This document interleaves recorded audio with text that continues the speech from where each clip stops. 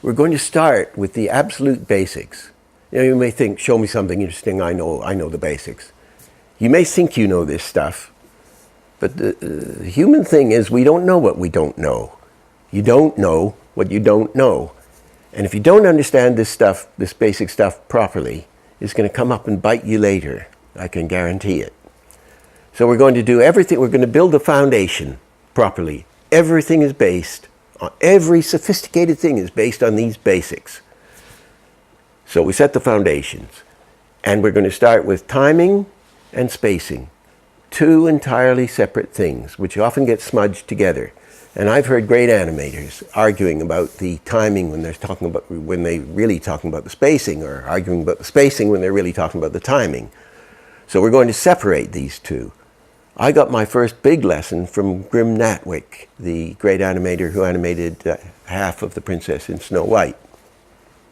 So we'll find out what timing and spacing are, the difference between the two things, and we'll make it absolutely clear.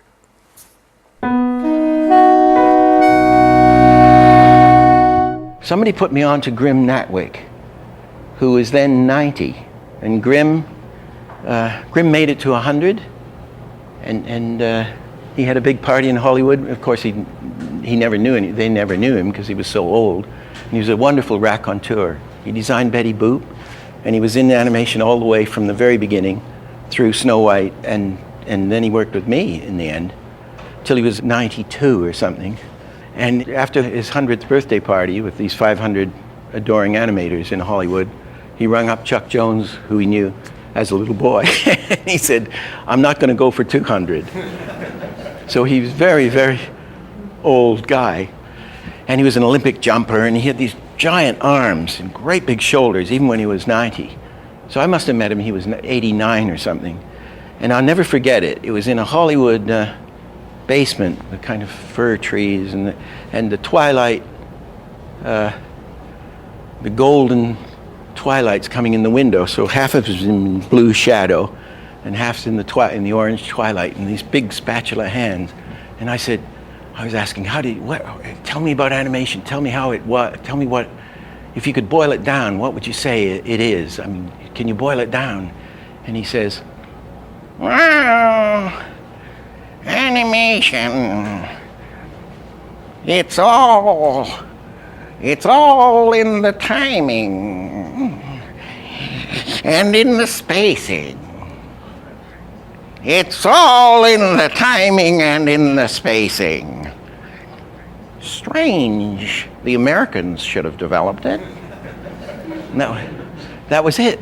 So if we use the horrible old bouncing ball example,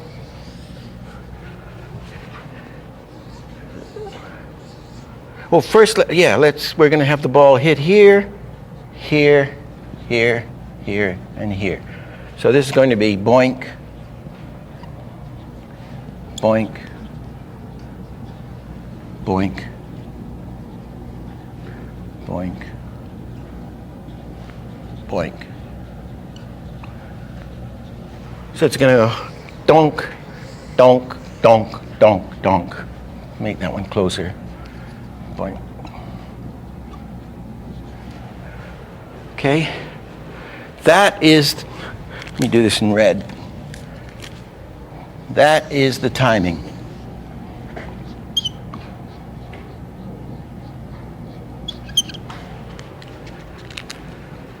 Okay? I mean, this is such an obvious old thing, but I don't think people, I certainly didn't, separate the two. When he says timing and spacing, I could never tell which was the spacing, which was the timing, which is which. The timing is the hits. Doink, doink, doink, doink, doink, doink, doink, whatever. The spacing is the ball, if it squashes, whatever. It goes up here, and of course it's slowing in the middle of the arc. The spacing is more close together, and then it's down here, thunk, and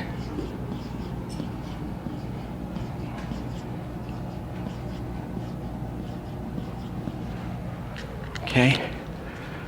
So this overlapping, it's overlapping up here, And of course it's further apart there as it's going faster. So this is a soft ball, right? Doing, doing, doing, doing. And that, of course, is the spacing.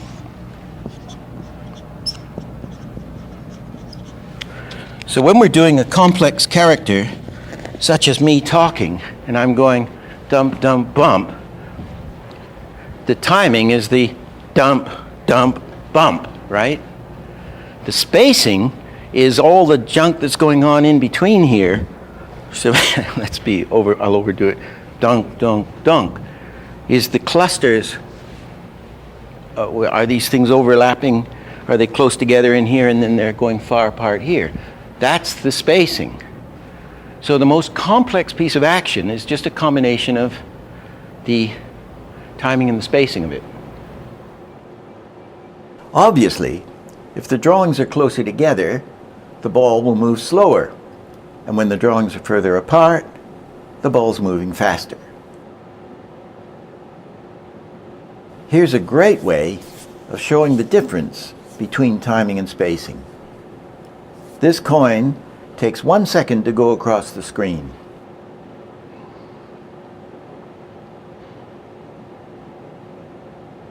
It's going across in even spacing.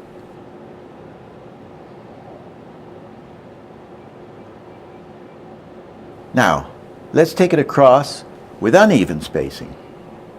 But it still goes across in 1 second. The same timing, but very different spacing.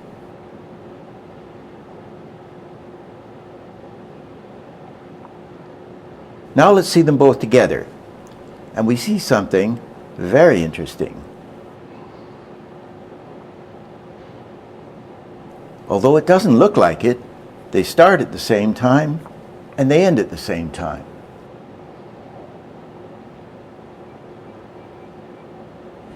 Everybody here has a natural sense of timing, especially if you're athletic or if you're musical, because timing's built right into us. But the spacing for animation, we have to learn. And this is what we're going to achieve in this session. It takes a while, but you'll get it. This is the same bounce that we've seen before, a small hard ball. And here it is with its spacing positions. The spacing creates the feel of a small hard ball.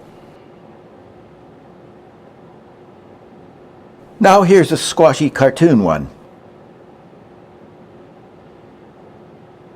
And here it is with its spacing positions.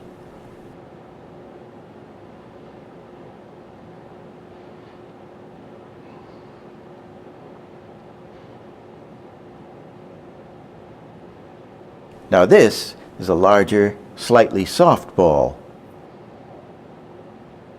And here it is with its spacing positions.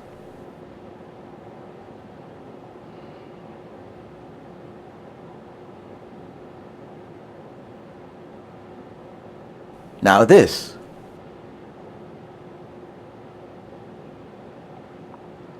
We're just using a circle, but it's how we space those circles, how we cluster them that creates the illusion. In this case, a heavy bowling ball.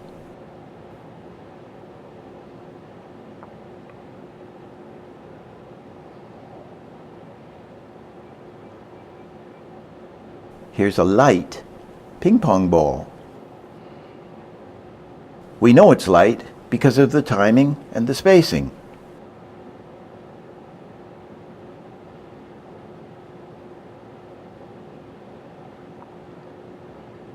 This one weighs almost nothing at all.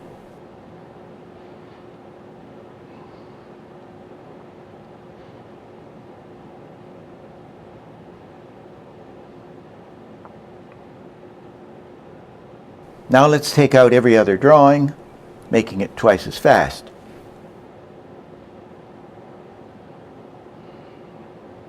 Let's try it with an object.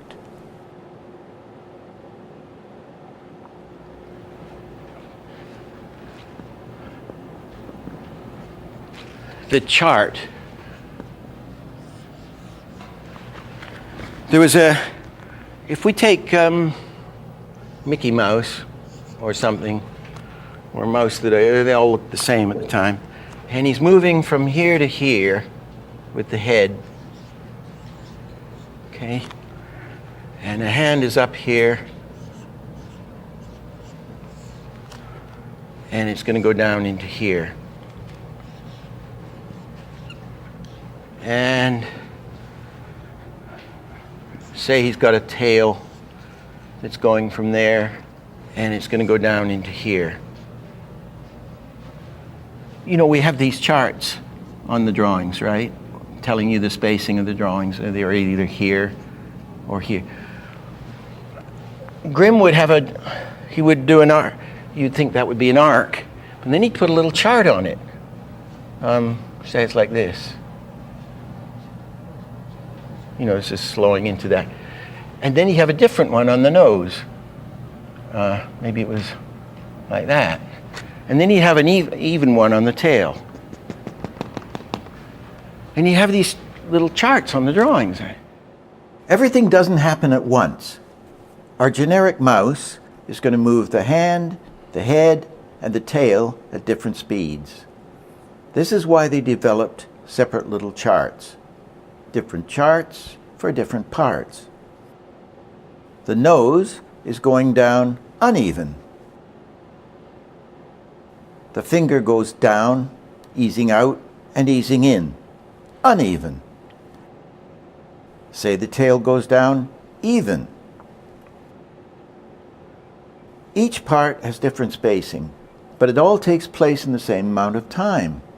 They put different charts for different parts, so that everything didn't happen at the same rate. This loosened things up. So it isn't like a robot, you know.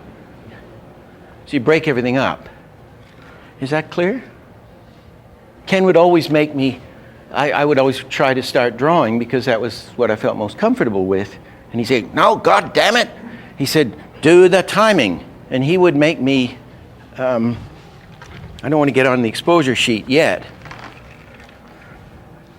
But if this is a classic Disney sheet, 4 seconds. Everybody knows what these things look like, computer guys. They're just 4 seconds on the page or 6 feet. And Ken would say, look, where does he hit the ground there? Mark it. There's your accent. And where's your next hit? Okay, here. Okay. And you got 2 little hits here and here. Okay. Now put another drawing here, get that hit. And I would have to do these important drawings. Right? So he'd say, come on, Dick, no drawing, get a stopwatch or a metronome and let's act it out. And he'd make me act it out, whatever it was. Da, da, da, da, da. And he'd say, no, do it again. Da, da, da, da. And I have to do it again and again and again until I had it clear in my mind what I wanted and he had it clear in his mind. And he said, those are the hits. So he's doing the timing first.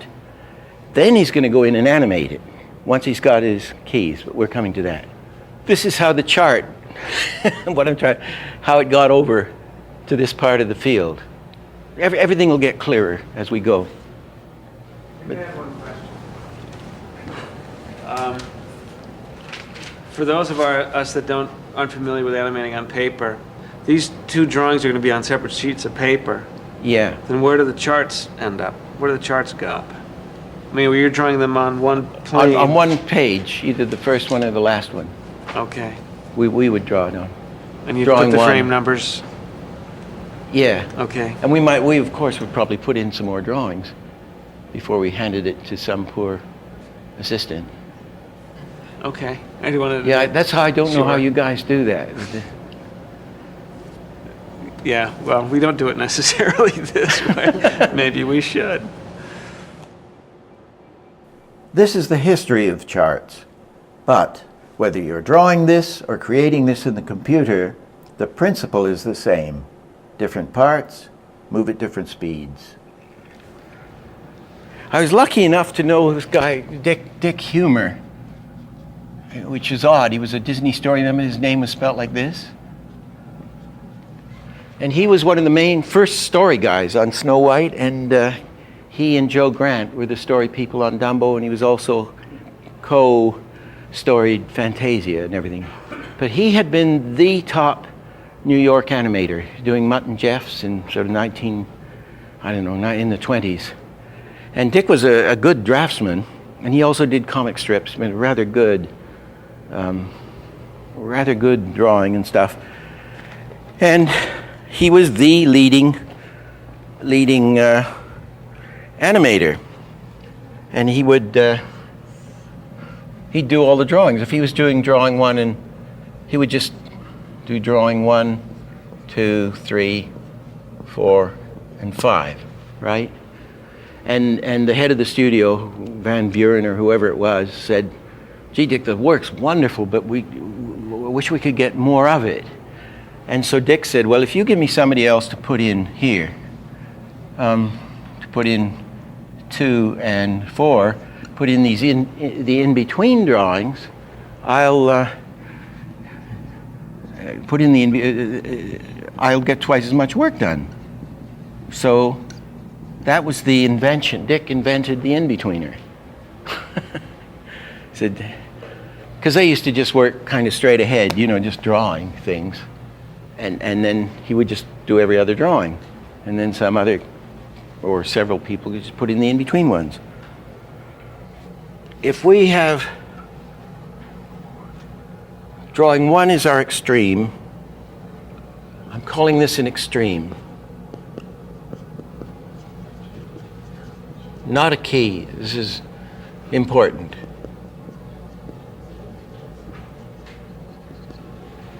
Okay? I'm doing, as we're doing here, the one in the middle, for purposes of this class, I would like to call the breakdown.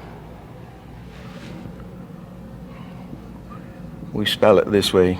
We just break down, wait a minute, break. And we underline it. And that's number 3. Okay? And number 2 and number 4 are just plain in-betweens.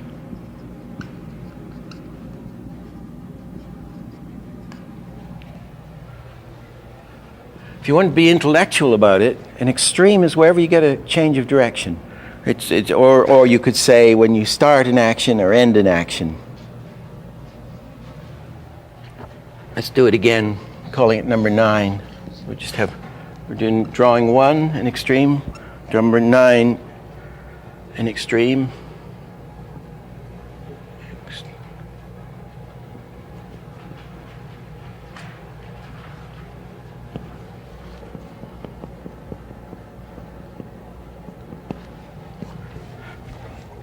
Make the one in the middle is 5, the one in the middle, which would be the breakdown. One in there is 4, 6, and then you got 7, 8. Doesn't matter you put them above or below. Okay. And this is what they call in the trade the slow. That's the slow out. We're slowing out of drawing 1. And we're slowing in to draw. We've put the one in the middle, smack, important drawing, and then we're slowing in to drawing 9. I always get balled up with slowing out and slowing in. I think of them backwards and everything. The best way is the way the computer guys talk. You talk about easing in and easing out. It's much better, isn't it? Ease out and ease in. We can show this with a pendulum. Here's the arc that the pendulum will swing in, and here's the breakdown or passing position. Add in-betweens. This is what it looks like when you don't have an ease in or an ease out.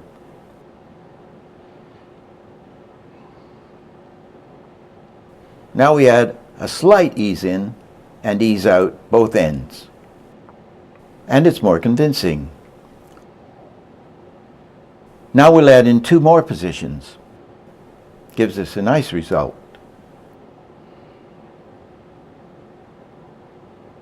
But 4 more positions gives us an even better result. and we get a really nice ease in and ease out.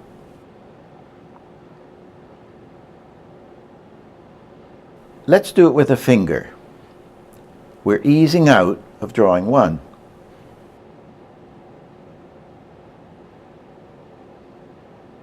Same thing, easing out of drawing 1 with more in-betweens. Now we're going to ease in to drawing 5, cushion in.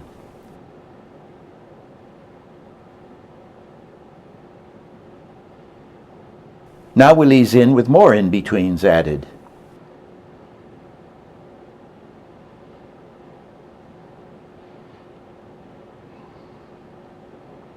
Now we're going to ease out of the first position and ease in to the second position.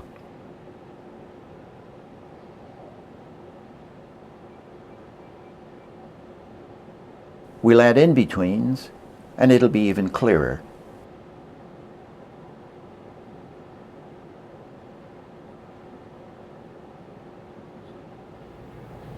Ken Harris always, he thought terribly simply.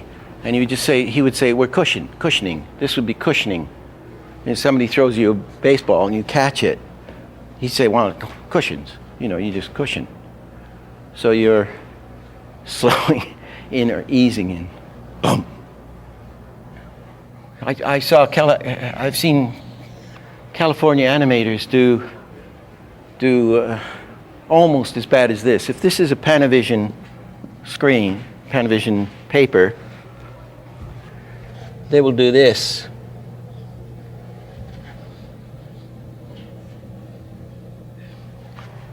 That's drawing 1, and that's drawing 96. Let's make it 196. And they'll put a chart on this thing.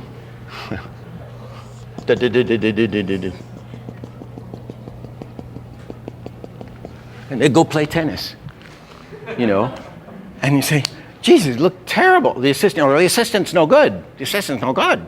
Absolute rubbish, I gave it to him. I know my job. You see? Incidentally, most actions in life are on an arc. They follow arcs, unless you're doing something in a straight line, like a punch. Arcs are beautiful to watch. Straight lines give power. A pendulum eases in and out and follows an arc. Not like this.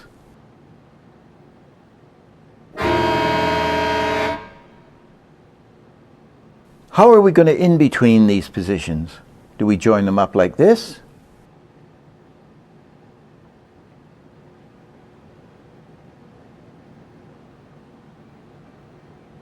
Usually, we get something half-assed, something like this.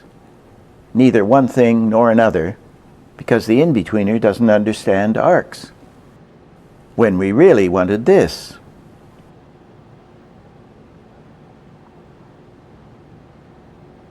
Just this lifting arm follows 3 arcs. The elbow, the wrist, and the tips of the fingers.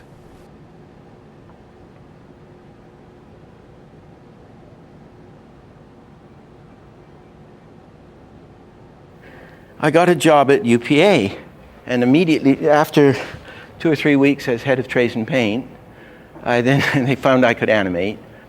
And then they said, well, you have to have an assistant. So they gave me quite a skilled artist. And Charlie was my assistant. And Charlie was good. He was a good guy. But Charlie didn't like. Charlie would do, I'll do it in color, just to make it clear. Charlie would do a nice little drawing right in the middle, between 1 and 3. And he'd get the hair just right. And he'd do a nice drawing in here. Just a little, whoops. Excuse me.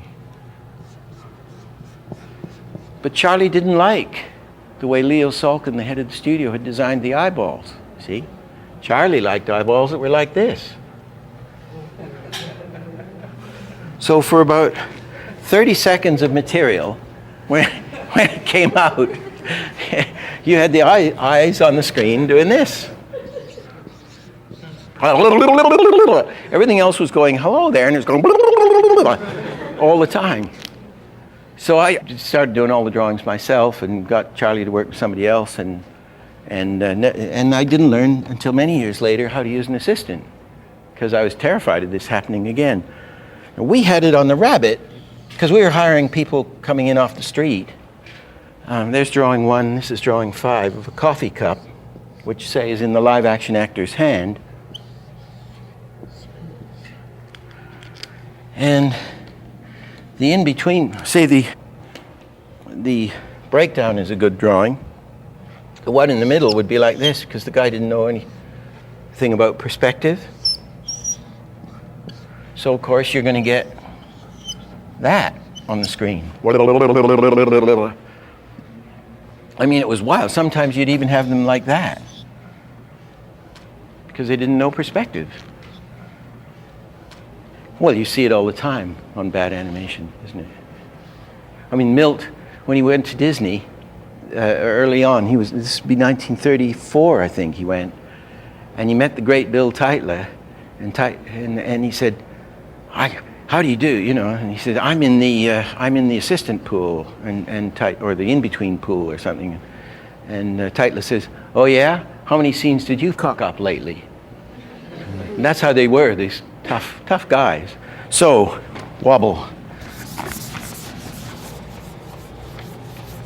So you could say the assistant work is really volume control, you know, just throwing that in. It's not, with the graphic stuff, it's not line quality, although that may be important on a commercial. It's where you put those lines to hold those volumes together. Assistant work is basically volume control. And so should the animator. We're controlling the volumes as this hand, Marvel Comics style, goes around like in a Spielberg movie, they go to get you. Well, that can't be wobbling. That's got to be consistent as it turns. So you've got to be able to handle the volumes. Okay, there's